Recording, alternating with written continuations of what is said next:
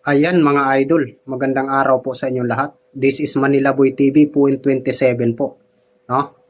So, sa video natin ngayon ay para po to dyan sa mga nagtatanong kung bago ka ma-monetize, gaano ka po katagal bago makasahod. No? So,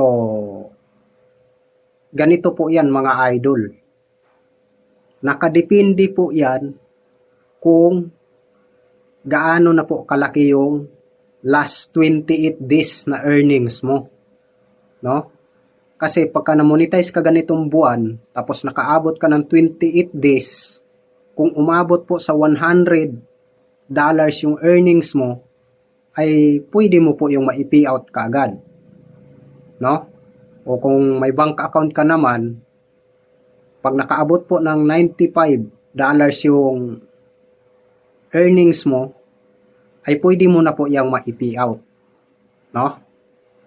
Sa akin po kasi mga idol, mababa lang po yung views ko nung nag-umpisa ako.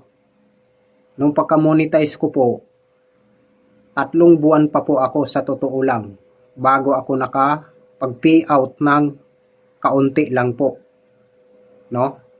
So dito po sa social media, dito po sa pagiging vlogger, ay ang kailangan po dito yung gumagawa ka po ng mga magandang video po, yung may values po yung video mong ginagawa.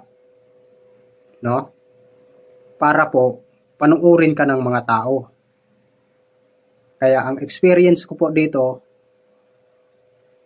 pag na-monetize ka ganitong buwan, after 28 days, kung ang earnings mo ay nasa $100 na po yan, ay pwede ka na pong makapag-pay out.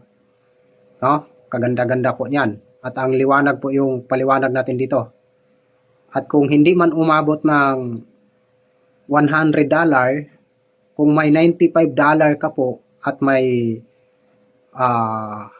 bank account ka, ay pwede mo na po yung ma-pay out ng 28 days yung earnings mong yun.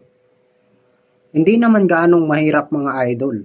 Ang mahirap lang po dito, yung paggawa ng content, no? At kung paano mo i-handle itong Facebook video mo. At paano mo i-motivate yung iyong video, no?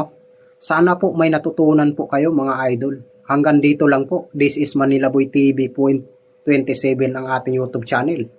Baka gusto mong bisitahin.